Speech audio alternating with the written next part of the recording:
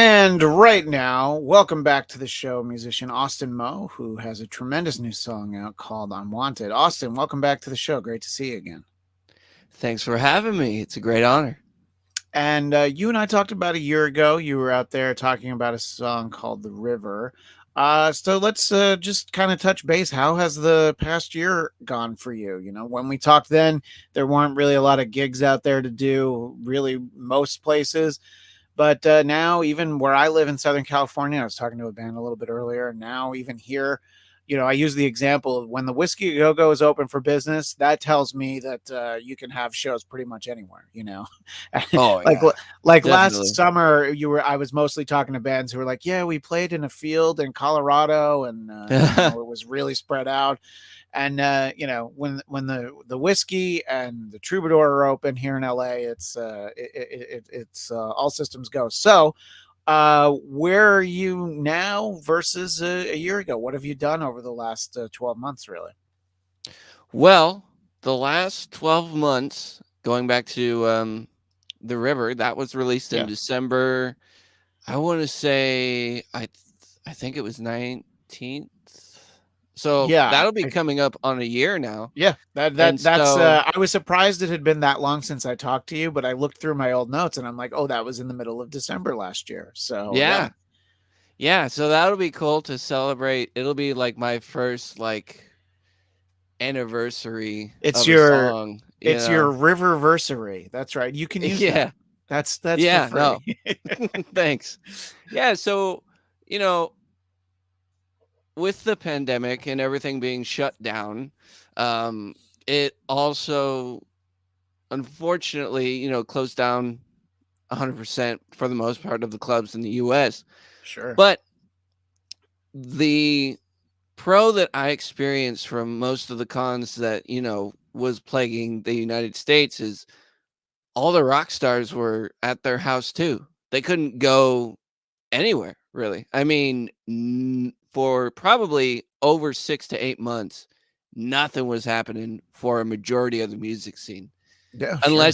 unless you were doing a virtual concert and sold tickets like that. But outside of the internet, live music was not a thing. So that enabled me to have the great honor of working with Frank Hannon of Tesla and being mentored by him and having him show me how to write songs in his process. And with that came The River. And we also released another single. I believe it was either the beginning of this year or probably a couple months in it, but that was called Take a Walk in My Shoes. And we wrote that based off of what was going on in the world with a lot of division and stuff like that. So that Sure. was kind of like my interpretation of what was the status of the United States. But now we just released on the 17th of November. No, I'm Wanted. Yeah. And that was a real blast getting to record with Frank again. And we recorded actually Take a Walk in My Shoes and I'm Wanted and another song in the same session over a weekend. And it was a blur, but it was a good blur. Because in the studio, if once things start really going, it's just hard to keep track of what happened and what was kind of a dream, if that makes sense. No, it absolutely makes sense. As someone who's just a fan of music, I mean, I can watch, in studio documentaries. I mean, there was one when I was a kid that was about Aerosmith making Pump, and we're about to get this 6 hour Peter Jackson Beatles documentary about making Let It Be, and I have a friend who he's like, oh, I have like all 90 hours of the footage. I'm like, what? you have Oh you have my lord. 98 hours of the Beatles in the studio, and he's like, yeah, I've watched it. I'm like, well, yeah, I mean, I would too, not in a weekend. But Well, the yeah. idea, so yeah, I mean, it's exciting for us as music fans to just see sort of evolutions of like, oh yeah, I came in with this riff, and then it turns into one of your favorite songs your whole life, and you're like, oh wow, watch them working on it. So I can imagine being part, and I can only imagine because again, not musically inclined, but I can Hmm. imagine sort of being in the moment and like, oh my God, I think we just found what this is that we're working on. And you're one of a few younger artists that I've spoken to that Frank Hannon of Tesla has worked with. And personally, I mean, I think it's great. I mean, Tesla's a great band, and I know he Totally. also has Oh his yeah. Frank Hannon band, but he doesn't need to be doing any of this. I mean, he could just go out there with Tesla, and a Oh, lot I of times know. they just did a tour with Leonard Skinner.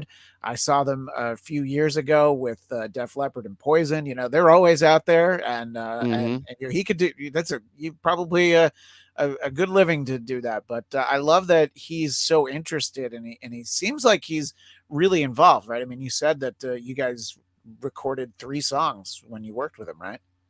Yeah, yeah, that was over the span of 2 days. So we Right, recorded, and the main focus for those sessions were tracking the drums and bass.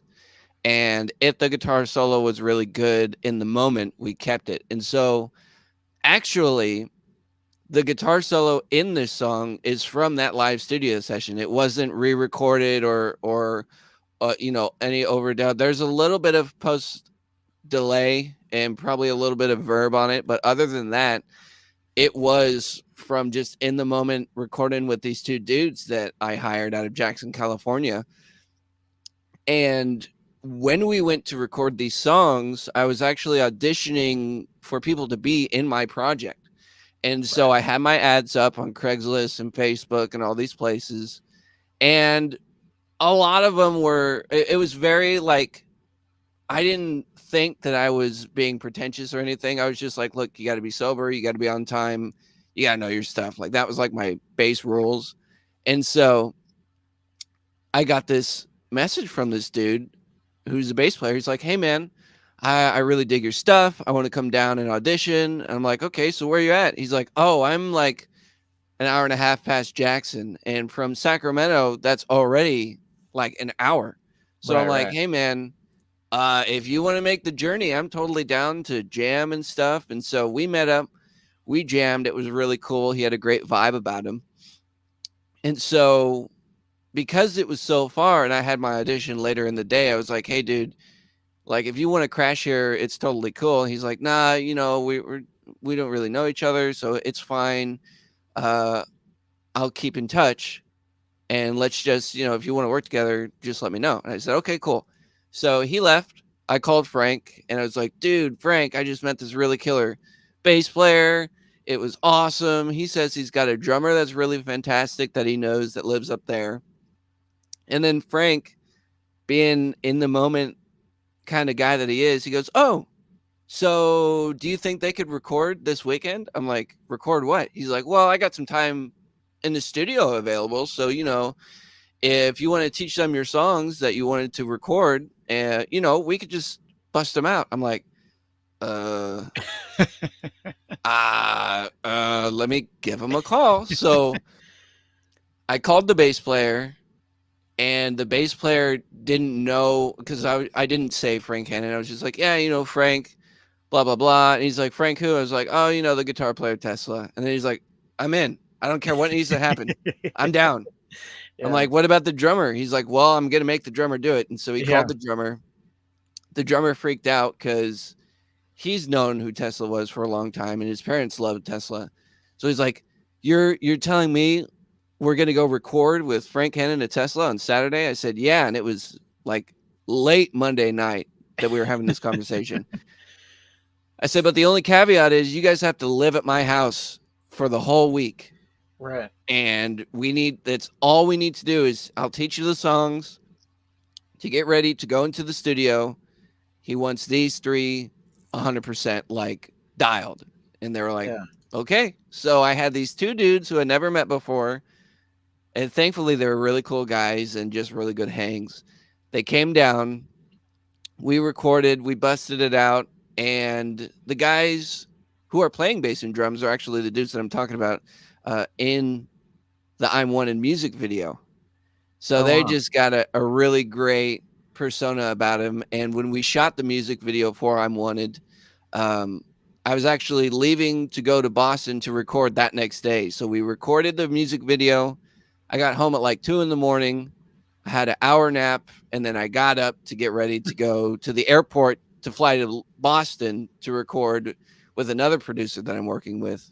And Wow. so that whole time of just working on this song has been a real crazy experience in a good way. Yeah, but I mean, it's obviously it shows the importance of look. Anybody who's used Craigslist to try and find a roommate, or maybe even buy concert tickets, it doesn't always go Hmm. well.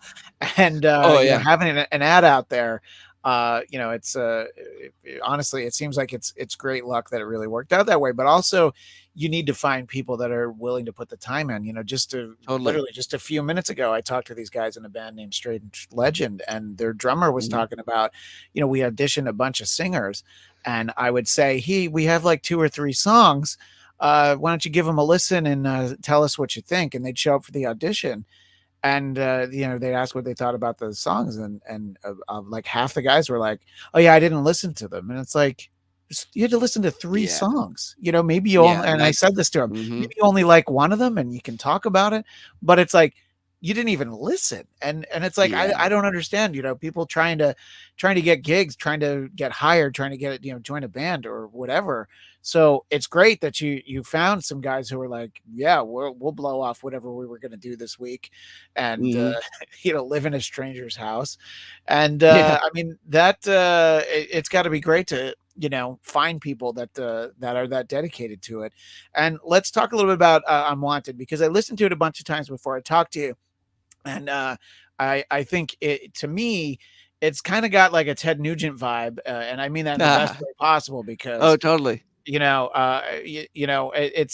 you always have to say with Ted, for most people, you gotta I can find him very entertaining. I think he can be very funny, but I also Hmm. understand it's like, look, let's just talk about his music for a minute. I mean, you listen to what that guy can do, and obviously the Oh body of yeah. work, like songs like Free for All and Stranglehold. And and I'm not trying to say that your song sounds like that, but I'm like, oh man, I Hmm. got a good like Nugent vibe off of that. And so right away it got my attention. And I'll always Right listen to on. a song from somebody I'm going to talk to a few times, but Hmm. I so it was great to hear that. And I'm just sort of wondering, now you wrote all these songs Yeah. yourself, Hmm. right? Yeah. Right. So what let's just talk about that song in particular. What do you think went into it? Were you listening to, just talk about the music for a second, was there something that you were listening to at the time, or did it just show up in your head? I'm always interested to how this happens for musicians, again, because I'm not musically inclined myself, so I'm always Yeah. fascinated. So what I've told people is usually there's a stereotype when it comes to songwriting. So, for example, I believe it was Elton John needed words in order to put music to. So what he would do is he would grab like fashion magazines or whatever, or just newspapers, and get scissors, clip them out, articles, get a word for word, and just shuffle it around until there was words in front of him. And off of that, till he got it to where he liked it, he would create the music. And there's a lot of people, artists, where it's quite the opposite. They need the music in Right. order to write the words, or in order to find the words to write and all that stuff. So with me, I haven't really defined my writing process as the one or the other. Sometimes I have the words, and sometimes I have the music. And in this case, I had a basic backing track down because at this time when I wrote this song, I was experiencing a lot of frustration, and so usually I turn the music, and I made this backing track. I had this really just in your face kind of angry riff, and I plotted it all out. Had the main verses and choruses and just the structure. And so I was thinking to myself, well, what am I going to write about? And at this time, I was listening to a lot of Kid Rock, and that's kind of where like the semi like rap ish kind of vibe Sure. comes in. And so like Cowboy was on, and the American Badass, and stuff like this. And so what was going on when I was trying to figure out what to write about was there was a dude that I was trying to get a hold of, and we would talk one day, and then a couple weeks to like a month would go by, and then he'd pick back up right where we left off, like nothing happened. And so that was really frustrating to me, being young. I'm 24 now, and so I've learned to not, blow people up. And what I mean by that is I've learned to, growing up, not to cuss people out, and and use Yeah. my in the heat of the moment rage to, this is blah blah blah blah blah. So instead of doing that, I wrote down how I was feeling, and to park my brain, I would go on social media and just kind of log out, so to speak, from what I was doing. And when I would go on social media, there'd be people writing negative comments on my stuff. So that just kind of pent me up even more. So Yeah. I wrote down a lot more of what I was feeling, and not with the intent of a story, but just a diary, I guess you would say. So once I deleted those negative comments, and because it just doesn't look right for me to go and tell some other dude off who's, in Wisconsin or something like that. That just, you ain't going to get a good rep if you're sitting on your Facebook or whatever responding to all the trolls. So Yeah. I deleted my comments. I wrote down how I was feeling. I closed my book, and then I left it there to sit for a couple of days, to where I could look at it with a fresh point of view. And when I was reviewing my notes, I came to the conclusion of two words, and that's actually the title of the song, which is "I'm Wanted." And to me, it was basically telling myself that regardless of what's going on, however down in the dumps I'm feeling, I'm going to be able to achieve what I'm going to go after. So all my goals and stuff, like I want to tour with like Def Leppard, or like Dirty Honey, or Greta Van Fleet, or play in Yeah. like Russia and stuff like this. So this is kind of myself telling myself just to keep going. So it's kind of like my little pep talk, if that makes sense.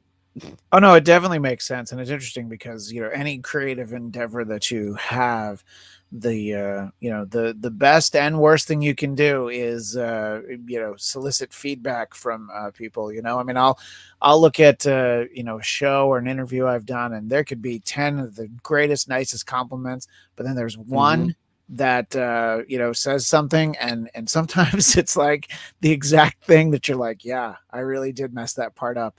And it's like Yeah. you'll ignore the 90% of the good ones, Oh and you're like, yeah. damn it, there was this Right. one. Yeah. And it's just like, how did I let that ruin my day? And you Mm-hmm. turning it into lyrics is such a constructive way to do that. Because yeah, I've definitely written back to some of those, and then I'm just like, Oh what am yeah. I doing? Like, why? Yeah, Yeah. why am I doing this? And yeah, of course I'll write back to the nice ones right away. Oh, thank you so Oh yeah. much. And then it's like, where do you get off having an opinion that Mm-hmm. is different than me? Yeah. So that's actually really interesting as part of the process. And you're sort of talking about the guy you were trying to get a hold of. And I guess when you're in a creative endeavor, it's almost like dating in a way, where it's like, Oh hey, yeah. that was fun. Let's hang out again. Hey, remember how I said we should hang out again? Shouldn't we hang out again? Mm-hmm. Hey, what's going on? Yeah. That's not going to help, Right. So, No. yeah, I think it's really, for me, it's a really interesting way to think about it. So yeah, so that's I'm Wanted, and there's the video for that. So you've talked about, you've had a few songs out, and I sort of like along the lines of what you're thinking, in terms of looking ahead towards 2022. What Mm-hmm. some of the options are. You mentioned Dirty Honey, and I know that they're heading out with Wolfgang Van Halen, and it's exciting when you hear about two young up and coming bands. And so yeah, I mean, obviously anything like that comes along, I think that obviously that's great to get exposure. And Oh, for me, totally. Mm-hmm. obviously, look, Wolfgang Van Halen, yes, his last name is Van Halen, but people still get excited for him. He had a great opportunity opening for GNR this past year. And Yeah. I think it's great when you see that and you see the reaction that a band like Dirty Honey has, because it's, you'll look, musicians who I like a lot, they'll say like, yeah, there's no reason to make new music. Yeah, rock and roll is dead. And then it's Hmm. like, well, no, you just have to kind of look in the right places. The Yeah. way that the industry was, even 10 years ago, 20 years ago, 30, that doesn't exist anymore, but there is a demand for it. People do want to hear it. And obviously, I hear people say this all the time, that it's like, it's going to be these younger up and coming artists like yourself, that if this music's going to survive, I was also talking earlier that a couple weeks ago in Vegas, I saw the Rolling Stones and they still put on an amazing show. But how many Really? more years are the Rolling Stones going to be, playing football stadiums? At Yeah. some point, go ahead. I, I was pretty shocked that they're still playing. I mean, Yeah, you can't take the music out of the musician, that's for sure. I mean, sure. that's why Yeah, Leonard Skinner's still around, you yeah, know. But yeah, when Charlie died, I was like, "Oh man, this is kind of." I mean, they still sound amazing, but it's just something's missing, you know. yeah. No, and Steve Jordan, who was playing drums for them that night, he's phenomenal. He was tremendous. The band sounded great, but it is sort of weird, when you're Yeah, like, oh my god, Charlie's always there, and right. as as cool as the Stones are, you see him there in the back, just sort of like, Mick is running all over the stage, and but Hmm. Charlie like barely moves, and he's able to do that. And yeah, so I love that idea for you getting out there. And so is it like a mixture of, I'm sure Frank probably has it all mapped out. You're going to do these songs and hopefully play these shows. What does 2022 look like for you, just in the broad sense right now? Well, at this time, it's looking like there's a potential for my very first EP to be released in the beginning of 2022. Right. So I don't know whether it's January or February. We're wanting to shoot for February or January, with the sole purpose of, you know, starting to establish myself more as an artist. Like the singles and stuff are great, but it's the game plan that we're kind of doing with those is to like kind of start to trickle my name out into a broader audience. And so I haven't decided to narrow myself, as you've noticed with these three songs. They're very different. The River, Sure. Take a Walk in My Shoes, and I'm Wanted. And I haven't decided to like specifically narrow myself to one genre or the other. And I think Carlos Santana put it best when he was being interviewed, because he just released an album last year or 2 years ago, I believe it was. And they were asking him, they're like, so what kind of an album is it? Is it going to be like Americana or blues? Or are you going for more like a soul pop kind of deal? Because you have your stuff with Rob Thomas and you have, Yeah, the sure. original lineup with Yeah, Witchy Santana's. Woman and all that stuff. Yeah, of So course. where are you going? And he's like, well, I don't define myself as a blues guitar player or a rock guitar player or, a Hispanic artist. I am who I am. And whenever I write music is whatever's going to come out on the album. So it could go from blues to hard rock to, very Yeah. smooth kind of mellow music. So that's where I'm at mentally when it comes to my songwriting process. I don't want to define, so to speak, myself as one specific kind of genre. I think that makes sense. Right. At No, least I hope it did. that absolutely makes sense. And I'm going to correct myself for sounding stupid a second ago. I meant Black Magic Woman. I said Witchy Woman, which is the Eagles. Both great I songs, know. both from Oh the yeah. same time period. But Right. yeah, but see, look, I'm open. I'd be leaving myself open to those kind of YouTube comments we're talking about. Like, how stupid is this guy? That's an Eagles song. So I know what I said. And, but, Yeah, yeah, yeah. it's interesting because I do remember, I listened to The River again and I kind of remember. And again, it's sort of easy for the audience's sake to compare it to like, oh, I get a vibe from another artist. And that one had kind of Mhm. a Black Crowes vibe to me. And then I was talking about I'm Wanted having like a Nugent vibe. And, you know, both tremendous groups of musicians, but Oh very yeah, different, you know? And totally. so I think it's very representative. So yeah, I think getting an EP out there would be great to just hear the different things. And you know, I believe Dirty Honey and Greta Van Fleet. I mean, I know Greta Van Fleet for sure. They both started out with just EPs, instead Hmm. of like, let's wait until we have 10, 12 songs, let's just Right. sort of get our name out there. And yeah, I mean, that definitely seems like, and again, having somebody like Frank helping you navigate all this, obviously, it helps that it's not just, Frank has been putting out albums for 35 years. It's also, he's still out there, Hmm. still working with new artists and understands how it's going. So Yeah. yeah, I think that'd be great. And, getting some live gigs out there, obviously that always helps too. So Hmm. hopefully there's some of that in store for you in 2022. I just wanted to ask you about a couple of there were some interesting things on your YouTube channel, and one of them is obviously it's Uh from right after really I talked to you, but huh. there was this montage of you paying tribute to some of the artists we lost last year. Oh So yeah. Leslie West of Mountain, Eddie Van Halen, Peter Green and Fleetwood Hmm. Mac, and Neil Peart. And it's obviously those were huge names and huge losses, but Yeah. it was kind of a cool video where it was just the camera was in a weird place and we're just literally watching your hands play guitar. Oh, thanks. Talk about doing that. And obviously, who in music wouldn't say count those as influences, so Right. that must have been, sad to have to pay tribute to those, but it must have been fun to play those songs.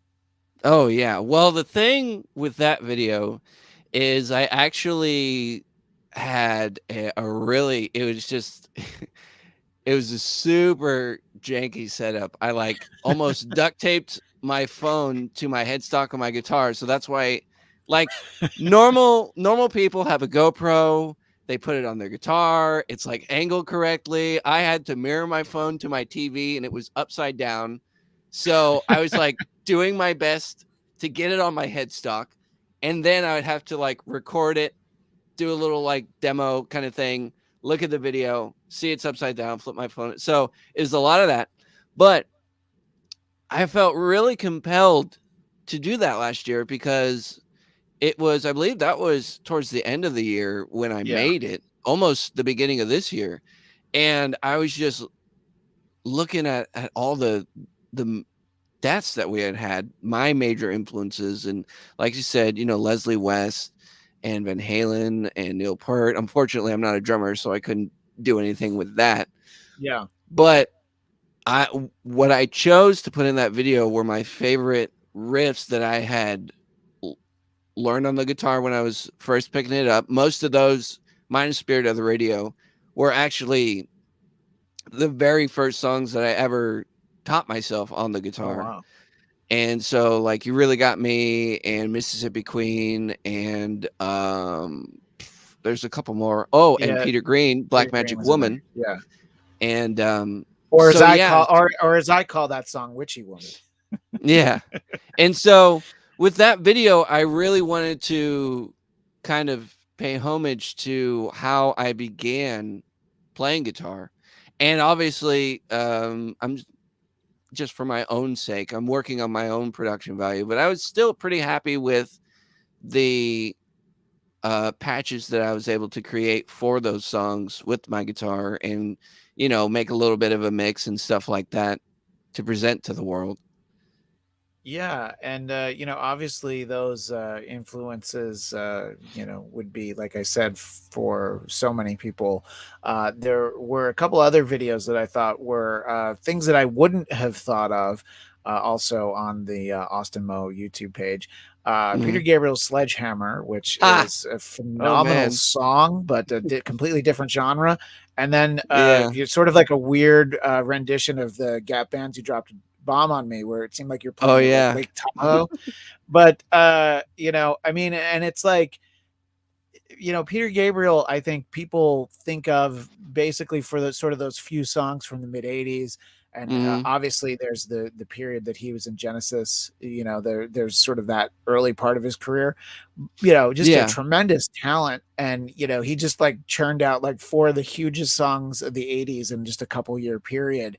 And, Oh, definitely. I mean, obviously he's still at it, but, it's not necessarily that, you're not going to think of somebody who's like, yeah, I'm playing Leslie West and I'm playing Eddie Van Halen. And, and then it's like, oh yeah, but also Peter Gabriel. So, Yeah. was that just something that, like, I don't know, your parents liked, or did you just find that on your own? I just thought it was interesting. It was such an interesting choice because I've always thought that's a great song. I mean, it's a great pop. It's really a pop rock song, but it's Oh yeah, definitely. there's in no way am I marginalizing it. It's a tremendous song from, I think I was like 10 when that came out. And so I Mm-hmm. have fond memories of that song. So how do you come across stuff like that? Just listening to everything? Do you have, relatives that like some of that stuff, or how do you come to Peter Gabriel? Well, when I was growing up, my dad had we had a really cool home theater system. It was Sherwin Williams monitors, and we had a 20-inch sub and a Harman Kardon power amp. And he bought it in the mid 80s, and it was designed to go into a nightclub at the Wow. time. And so it sounded just anything you put on it, pristine, whether it's a CD or what have you. So we had Peter Gabriel's greatest hits. We had uh I just forgot the other song that you mentioned. The Gap Gap Band, You Band. We Dropped a had the Bomb on Gap Me. Yeah, Band. of We course. had we would go from that to Bad Company to Montrose to Dio Nice. to Merle Haggard. So anything that was put through it sounded great. Led Zeppelin. But the thing that I remember the most about Peter Gabriel's Sledgehammer is the intro, man. That just Yeah. makes me stop whatever I'm doing every time. That flute, I don't even know what it is. It's a synth or something, Yeah. but it encapsulated me then as a kid. And when the pandemic hit and I saw an opportunity to be able to show that kind of music, because I can't play that as a three piece. There's No, no, no. horns, there's more drums, there's so many layers to it. And so what I would do is for my Facebook live streams, that's actually captured from a Facebook live stream. So I Oh, just okay. ripped it and Nice. posted it just, to show people that I'm not just blues or rock. I have a Right, little right. more fun than that. And so I would look up just to see if anybody had found the studio stems and uploaded it as multi-tracks. So like for Sledgehammer, for example, I just typed in Sledgehammer Peter Gabriel multi-track, and somebody actually had the actual album's stems from that studio Oh, wow. and posted it on some blog. And so praying it wasn't a virus, I downloaded it and it wasn't. Yeah. And there's like 20 some odd tracks. And I removed every single guitar track that I could find. And I think there might have been close to like 8 or 9 Wow. different layers of different things that I didn't even know that were there. So that's what I would do for my Facebook lives. And obviously I had a lot of fun doing it. And it's not perfect. Like there's a lot of people who would go in and like redo the vocals or redo the guitar. But for me, it was more or less just to have fun with it, kind of a vibe. And if people enjoyed it, great. And if people didn't, it's not their cup of tea. Peter Gabriel's a very specific, I think, acquired taste, in Yeah. my opinion. Yeah, look, the key to what you said earlier was that your dad would play Peter Gabriel's greatest hits. And I think that's an artist that I could enjoy the greatest hits. And, not to demean what might be some of the album tracks, it's probably Hmm. not going to be stuff that I seek out. And, like, the title of that Yeah. album was So. I don't know that I'm going to listen to all the songs on So and be like, oh, I like them just as much as Hmm. Sledgehammer and Big Time was the other big hit Oh, from yeah. that. And he had Shock the Monkey, and Your Yeah. Eyes was the ballad that Your ended up, eyes. yeah, it ended Uh-huh. up in the Cameron Crowe movie. I hate this is what happens when you get older. You forget Hmm. the name of that movie. But in any case, yeah. So it was really fun to hear that, and yeah. I mean, I think that's you definitely saw a lot of artists doing that sort of a thing with during the pandemic. It was a lot of like, I'm just going to play some of my, a lot of musicians would play some of their obscure songs just sitting on their living room couch. And, Right. they would take requests. And it's like, well, I Mhm. don't know if I remember how to play that song, but I will Here goes. definitely, yeah. And I was about to Google it, and then it came to me. The movie I'm talking about is Say Anything, and Oh, I yeah, yeah, hate yeah. myself when I forget it. When I forget something that's fairly obscure, it's like, yeah, that happens. But that's a Mhm. very important movie from that time period. But in any case, Yeah. so that must have been fun to be able to go on Facebook Live and do stuff like that. And Yeah, I mean, it's definitely a product of a lot of, like you were talking about, the musicians weren't out there, so they were doing that sort of stuff. And totally. we got some really unique stuff out of it. So, it might not have been something that you otherwise would have done, is like, oh, let me try to tackle Peter Gabriel's Sledgehammer. Oh, Austin, yeah. I look forward to whenever the EP comes out, hearing more music, and the variety of what you're talking about, some of the different sounds that'll be there. And hopefully there's no shortage of live gigs for you in 2022. What's the best way for people to keep in touch with you? I know that your website seems to be sort of under construction, so what's the best place for people to keep tabs on what's going on? Is it your YouTube channel? Yeah, so, really anywhere, Facebook I have Facebook, Instagram, and YouTube. If you just type in on Facebook and Instagram, Austin Mo Official, I should be, the long-haired dude who looks like this. Right. And And if you type in really any of my songs on YouTube, either The River, Take a Walk on My Shoes, or I'm Wanted, which is my latest music video that came out a couple of days ago, Right. um, that'll have all of our links down in the description of that video. And you can just follow us for whenever we play your cities. Right, absolutely. Well, I will keep tabs. I will do another dive through who knows what other videos I didn't even find on your YouTube page, and I can't wait to find it. Austin, it was great to talk to you again, and I look forward to doing it again soon. Yeah, thank you so much for having me. Absolutely. Thanks again, Austin Moe.